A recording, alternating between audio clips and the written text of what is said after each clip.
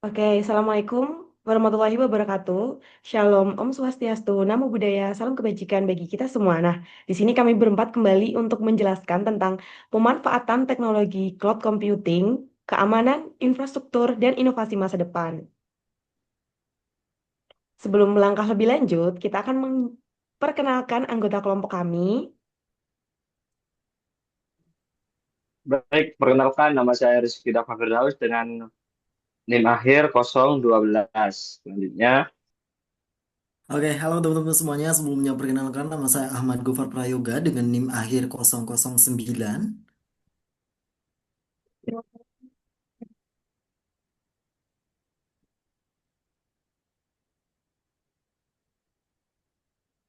Selanjutnya yaitu ada rekan kita, ada Imelda Citra Diva Revanda, dan saya sendiri, Adinda Talia Sasabila. Next slide. Nah, di sini ada 20 yang bakalan kita bahas. Yang pertama ada pengantar keamanan cloud. Cloud computing memungkinkan akses data dan aplikasi secara fleksibel dari mana saja. Namun, karena berbasis internet, keamanan menjadi isu krusial yang harus diperhatikan untuk menjaga data pengguna dan integritas sistem.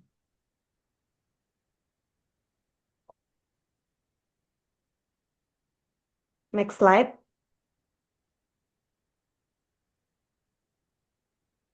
Nah, untuk selanjutnya tentang keamanan cloud computing akan dijelaskan oleh rekan saya.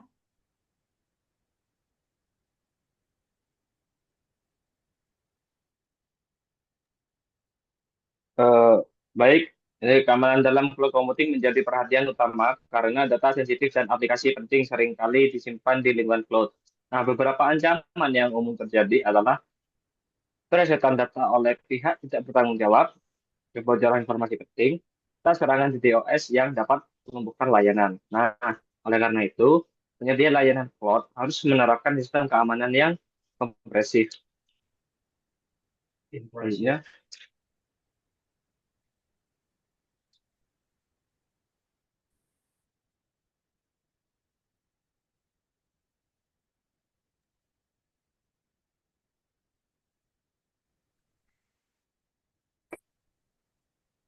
eh, enkripsi, autentikasi, dan keamanan.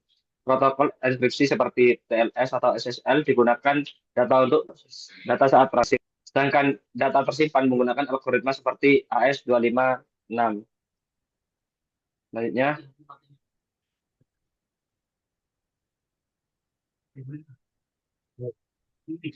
selanjutnya kepatuhan terhadap standar keamanan.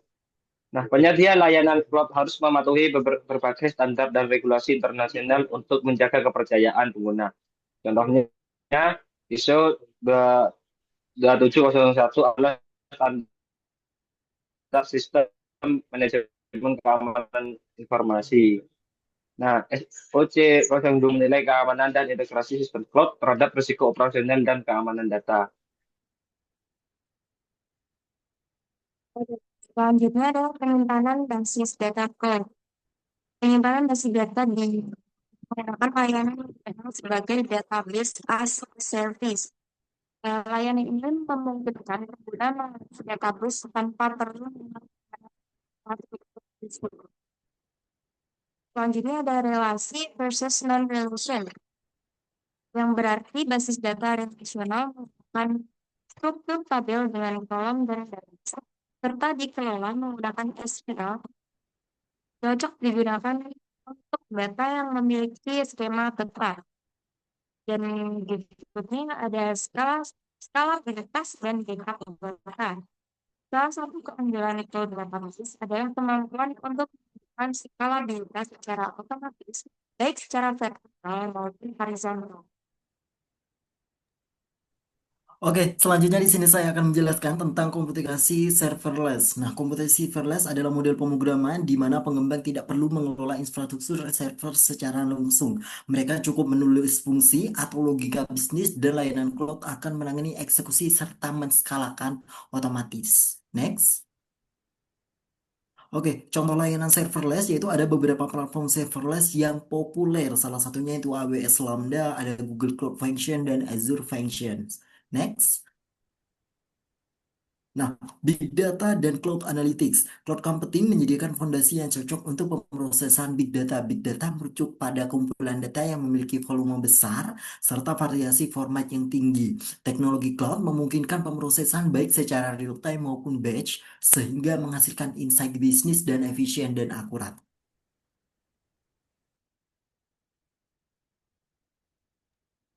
Nah, selanjutnya yaitu ada layanan analitik cloud. Beberapa layanan analitik berbasis cloud meliputi Google BigQuery, AWS EMR, Azure Synapse Analytics.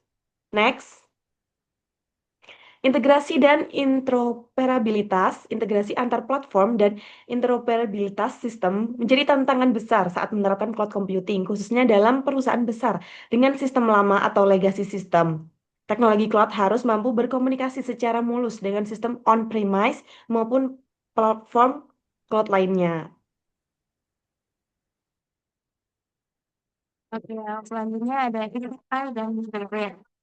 Application Programming Interface atau API menjadi jembatan komunikasi antara aplikasi yang berbeda. API seperti REST dengan format database dan SQL membantu memperlancar pertukaran data antar sistem. Dan middleware sendiri digunakan untuk menyatukan berbagai sistem dan layanan agar dapat bekerja bersama dalam satu ekosistem. Dan yang berikutnya ada integrasi sistem legasi dan sistem lama juga masih banyak digunakan dan harus dapat terintegrasi ke cloud. Ini dilakukan melalui kontainerisasi menggunakan Docker atau Kubernetes. Selain itu, pendekatan multi-cloud memberikan fleksibilitas dan mencegah ketergantungan pada satu vendor, meskipun membutuhkan stabilitas yang lama.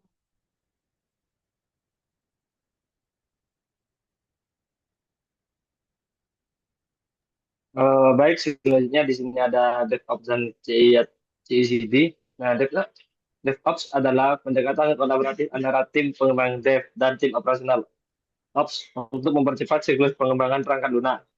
Baik, selanjutnya tools tools DevOps populer. Nah, berbagai tools DevOps yang digunakan di cloud antara lain. Yang pertama ada Jenkins atau sistem otomatis open source.